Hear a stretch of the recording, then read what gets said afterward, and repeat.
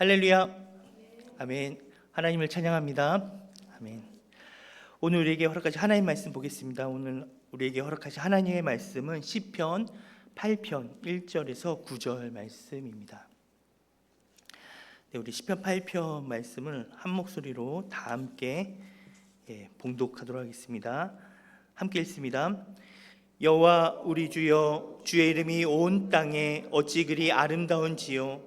주의 영광이 하늘을 덮었나이다. 주의 대적으로 말미암아 어린아이들과 젖먹이들의 입으로 권능을 세우심이요 이는 원수들과 보복자들을 잠잠하게 하려 하심이니이다. 주의 손가락으로 만드신 주의 하늘과 주께서 베풀어 두신 달과 별들을 내가 보오니 사람이 무엇이기에 주께서 그를 생각하시며 인자가 무엇이기에 주께서 그를 돌보시나이까. 그를 하나님보다 조금 못하게 하시고 영화와 종기로 간을 씌우셨나이다.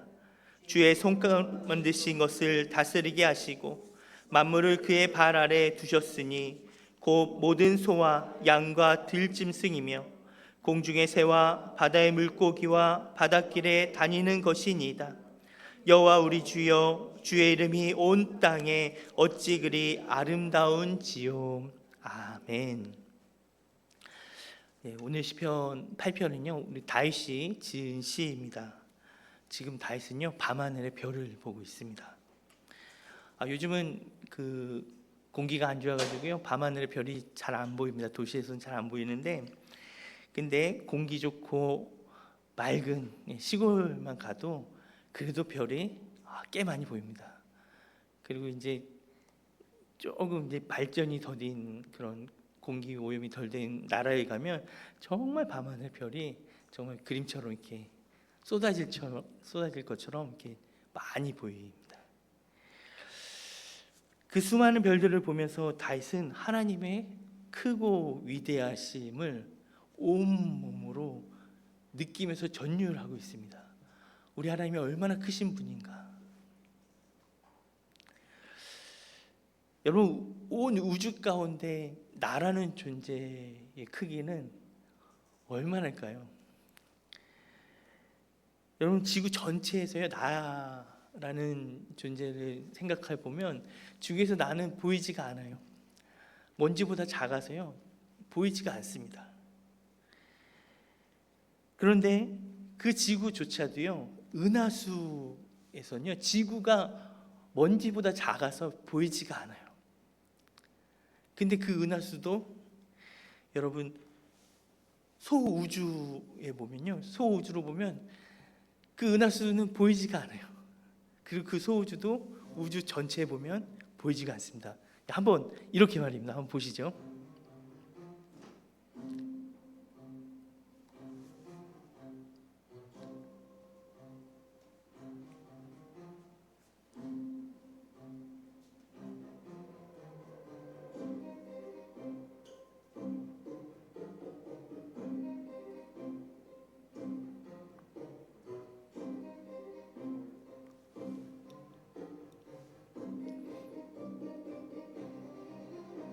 네, 여기까지 오겠습니다.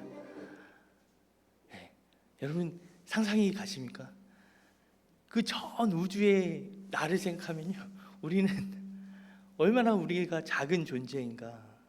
상대적으로 이 큰 우주를 만드신 하나님은 얼마나 굉장하신 분인가 우리가 느끼게 됩니다. 다윗은요 그 드넓은 우주를 바라보면서 내가 얼마나 작은가, 그리고 상대적으로 우리 하나님이 얼마나 크신 분인가를 느꼈는데요, 그렇게 감격해하는데요, 그런데 그 순간에 하나님의 마음을 깨닫습니다. 하나님의 영에 민감한 다윗은요 하나님의 마음을 깨닫고 다른 편으로 막 감격하기 시작합니다. 시편 8편 1절에서 4절 말씀 우리 다시 한번 읽어보겠습니다. 시편 8편 1절에서 4절 제가 읽을게요. 여호와 우리 주여, 주의 이름이 온 땅에 어찌 그리 아름다운지요. 주의 영광이 하늘을 덮었나이다. 주의 대적으로 말미암아 어린아이들과 젖먹이들의 입으로 권능을 세우시며 이는 원수들과 보복자들을 잠잠하게 하려 하심이니이다. 주의 손가락으로 만드신 주의 하늘과 주께서 베풀어 두신 달과 별들을 내가 보오니 사람이 무엇이기에 주께서 그를 생각하시며 인자가 무엇이기에 주께서 그를 돌보시나이까. 아멘. 사람이 무엇이기에. 다윗이 전율했던 이유는요, 그 넓으신 하나님, 그 크신 하나님, 그 위대하신 하나님이 먼지보다 작은 나를, 그 연약한 나를, 그 미약한 나를 보시고 관심하시고 사랑하시고, 아니요, 집중하시고 나를 생각하고 있다는 겁니다. 사람이 무엇이기에, 하나님 내가 무엇이기에, 내가 뭐라고. 다윗은 그 하나님의 사랑에 감격해하면서요, 그 사랑에 전율하고 있습니다.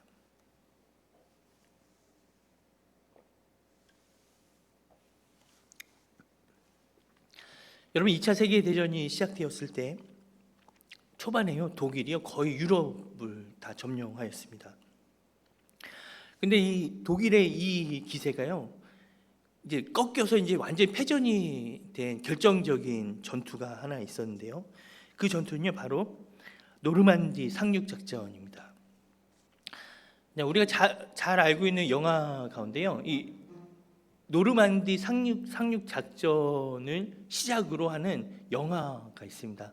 그 영화의 제목은 바로 라이언 일병 구하기입니다. 네, 지금 안 틀고요. 이따가 틀어주세요. 네.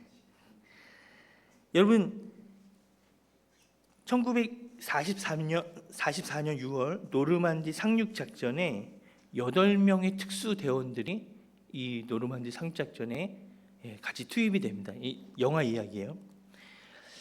근데 이 8명의 특수 대원들의 목표는요, 단순히 노르만디를 상륙해서 거기 노르만디를 점거하는데 보탬이 되는데 이들의 목적이 있는 것이 아니었습니다. 이들의 임무는 뭐냐? 이들은 보다 특수한 임무를 가지고 그 전쟁에 뛰어들었는데요. 그건 바로 라이언 일병을 구하기 위해서입니다. 라이언 일병. 여러분, 이 라이언 일병은요, 영화 속의 라이언 일병은 4형제 중에 막내였습니다. 4형제 중에 막내였는데요. 이 4명의 형제가요, 모두 그 첫째, 둘째, 셋째 형이 다 이 2차 세계대전 속에 죽게 됩니다. 전사에서요, 집으로 이제 그 전사 소식을 그의 부모 어머니에게 알려야 되는데, 군 수뇌부가 이 마지막 남은 아들까지도 죽으면 이 어머니의 슬픔은 어떻게 되냐? 조국을 위해 자신의 그 4명의 아들 다 희생시키면 이 조국은 뭐가 되는 거냐? 이런 마음에, 이런 생각이 결단을 내리는데, 이 막내 아들만은 어머니 품으로 돌려보내자. 그래서 이 특수부대 8명이 뛴 사명은 뭐냐면, 이 라이언 일병을 그 전쟁 속에서 찾아가지고 집으로 되돌려 보내는 역할을, 사명을 갖고 그 노르만디에 같이 뛰어든 겁니다. 여러분, 노르만디에 상륙한 다음에 그때부터 라이언 일병을 찾기 시작하는 거예요. 점점 더 전쟁이 이루어지는 험지로 이 8명의 대원들이 들어가고 있습니다. 여러분, 영화 속에서요, 이 8명의 대원들이 계속해서 갈등을 해요. 어떤 갈등을 하냐면, 아니, 라이언 일병, 그 일병 한 명을 위해서 우리 특수부대인 우리가 우리의 모든 목숨을 다 바쳐서 희생하면서 그를 구해야 될 의무와 가치가 있는가? 우리 8명의 생명과 그 라이언 일병의 생명이 이걸 동등하게 볼 수 있는가? 그들은 계속해서 고민을 합니다. 그러다가요, 드디어 라이언 일병을 만나고요, 그리고 라이언 일병을 이들이 구합니다. 근데요, 이제 구하는 그 가운데 이 8명의 특수 대원들이요, 한 명씩 전사하게 돼요. 그리고 마지막 순간에요, 이 총 지휘를 맡고 있었던 밀러 데이마저 죽습니다. 그리고 8명 중에 단 한 명만이 살아서 라이언 일병을 데리고 복귀하게 돼요. 이 밀러 데이가 죽는 그 마지막 순간에 라이언 일병에게 한 말이 있습니다. 그 죽어가던 데이가 라이언 일병에게 했던 말은 언디스라는 말입니다. 우리 PPT 한 번 더 눌러주시면 됩니다. 그럼 나올 겁니다. 하살표. 언디스는요, 그럴 만하게 살아라. 너가 취득한 가치 있게 살아라. 그리고 이 말은요, 우리의 죽음이, 너를 위해 희생한 우리의 죽음이 의미 있음을 증명하라 라는 그런 뜻입니다. 마지막 순간에 했던 말이에요. 언디스. 자, 라이언 일병 부학의 마지막 장면을 한번 우리가 영화로 한번 잠깐 보겠습니다.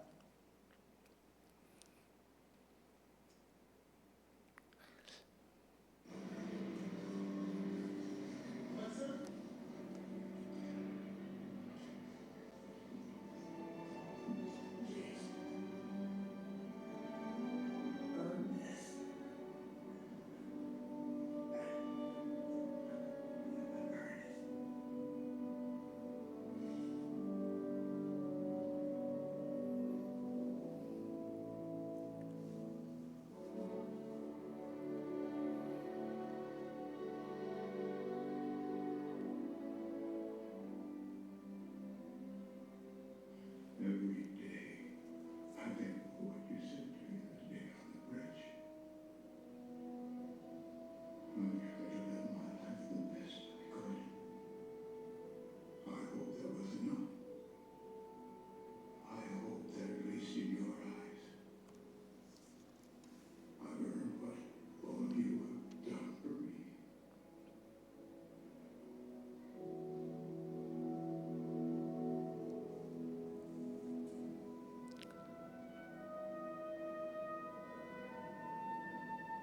네, 우리 할아버지가 된 라이언 일병이 밀러데이의 무덤 앞에 서서 에브리데이, 나는 매 순간 매 순간 당신의 말을 기억하며 살아왔습니다 라고 고백합니다.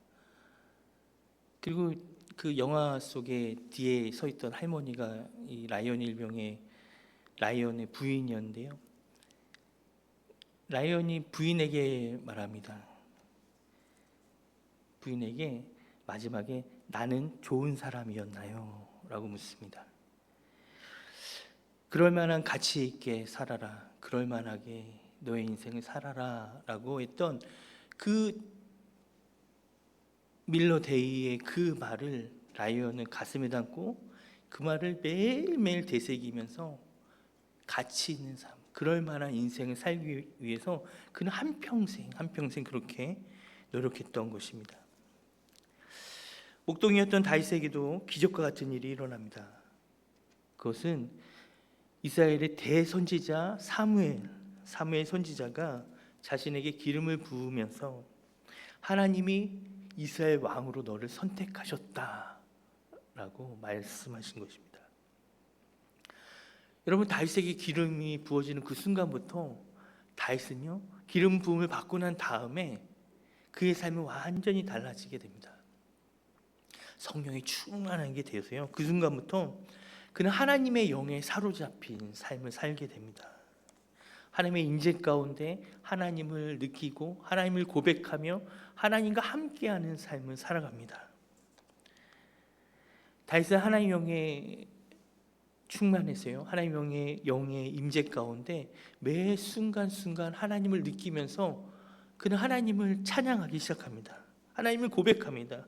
시편의 수많은 시들이 바로 그렇게 해서 다윗의 입으로 고백되어졌습니다. 오늘 시편 8편에서 하나님의 영의 충만함을 느끼며 이 작은 나를 바라보시고 이 작은 나를 사랑하시는 그 하나님의 말도 안 되는 사랑에, 그 놀라운 은혜에 다윗은 고백합니다. 시편 8편 4절에서 5절인데요, 제가 읽겠습니다. 사람이 무엇이기에 주께서 그를 생각하시며 인자가 무엇이기에 주께서 그를 돌보시나이까. 그를 하나님보다 조금 못하게 하시고 영화와 존귀로 간을 씌우셨나이다. 아멘. 사람이 무엇이기에 내가 뭐라고 하나님은 나를 이렇게 존귀하게 대하시나이까? 내가 무엇이기에 나를 영화롭게 하시나이까? 내가 무엇이기에 내가 뭐라고 하나님은 나를 이렇게 사랑해 주시는 것입니까? 다윗은 이 말도 안 되는 상황에 온몸으로 전율합니다. 그리고 다윗 이후에 1000년이 지난 다음에 여러분 온 우주 역사상 가장 말도 안 되는 일이 벌어집니다. 온 우주가 경악할 만한 사건입니다. 그것은 이 우주의 주인이신 하나님이, 성자 하나님이 십자가에 못 박혀 죽는 사건입니다. 여러분 그 누구도 하나님을 십자가에 못 박을 수 없어요. 그 어떤 존재도 하나님을 감히 십자가에 못 박을 수 없습니다. 오직 당신께서 스스로 십자가에서 죽으신 것입니다. 그분의 선택은 단 하나입니다. 죄로 죽을 수밖에 없는 우리를 살리기 위해서, 우리를 구하기 위해서 당신이 대신 죽으시고 희생하신 것입니다. 사람이 무엇이기에? 사람이 뭐라고?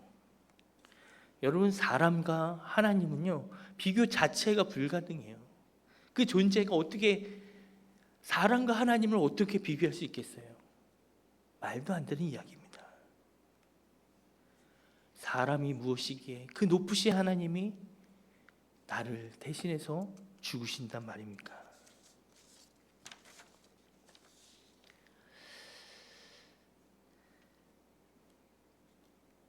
성자 하나님이 나를 위해 죽으셨습니다. 말이 안 됩니다. 계산이 안 됩니다. 그런데 그 일이 일어났습니다. 내가 너를 사랑한다. 내가 너를 존귀히 여긴다. 내가 너를 영화롭게 여긴다. 하나님은 말씀만 그렇게 말하신 것이 아니라 당신의 온몸으로 내가 너를 얼마나 존귀히 여기시는지 우리에게 보여주십니다. 내가 너를 얼마나 사랑하는지 하나님은 당신의 몸으로 보여주십니다. 우리는 이 하나님의 사랑이, 이 놀라운 사랑이요 이해가 되지 않아요.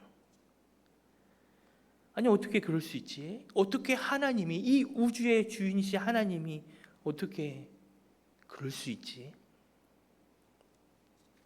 그런데요 다는 아니지만 여러분 다는 아니지만 그래도 조금은 이해할 수 있을 때가 있어요. 사람은.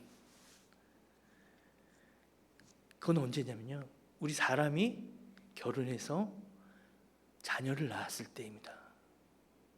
아기를 낳았을 때예요.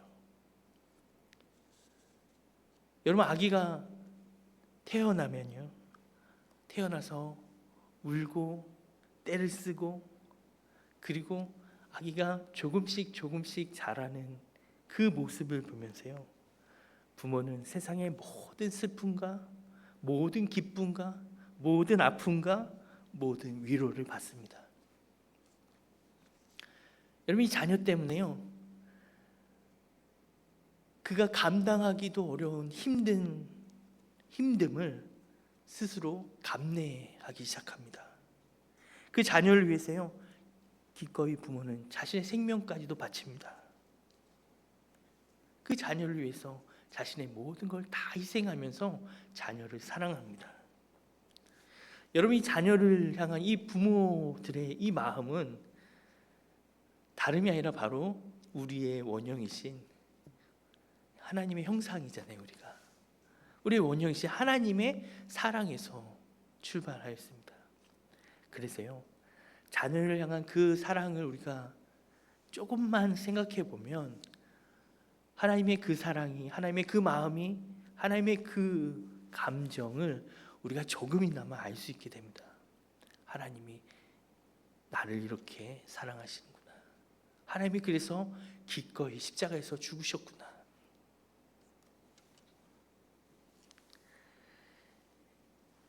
밤하늘에 그 수많은 달과 별들을 보면서 그 별빛 가운데 하나님 우리에게 말씀하십니다. 내가 너를 사랑한다. 너는 나에게 이 수많은 별들보다 더 소중한 존재다. 너는 나의 사랑하는 자녀다. 아들이다. 딸이다. 라고 하나님은 말씀하십니다. 너를 존귀 여기며 내가 너를 위해 나의 모든 것을 다 기꺼이 내어준다. 말씀하십니다. 사랑하는 여러분, 우리의 삶의 무게는 바로 그런 것입니다. 하나님의 사랑의 무게예요. 어른티스라고 그럴 만하게 살아라. 그럴 만하게 살아가는 저와 여러분이 되길 소망한다.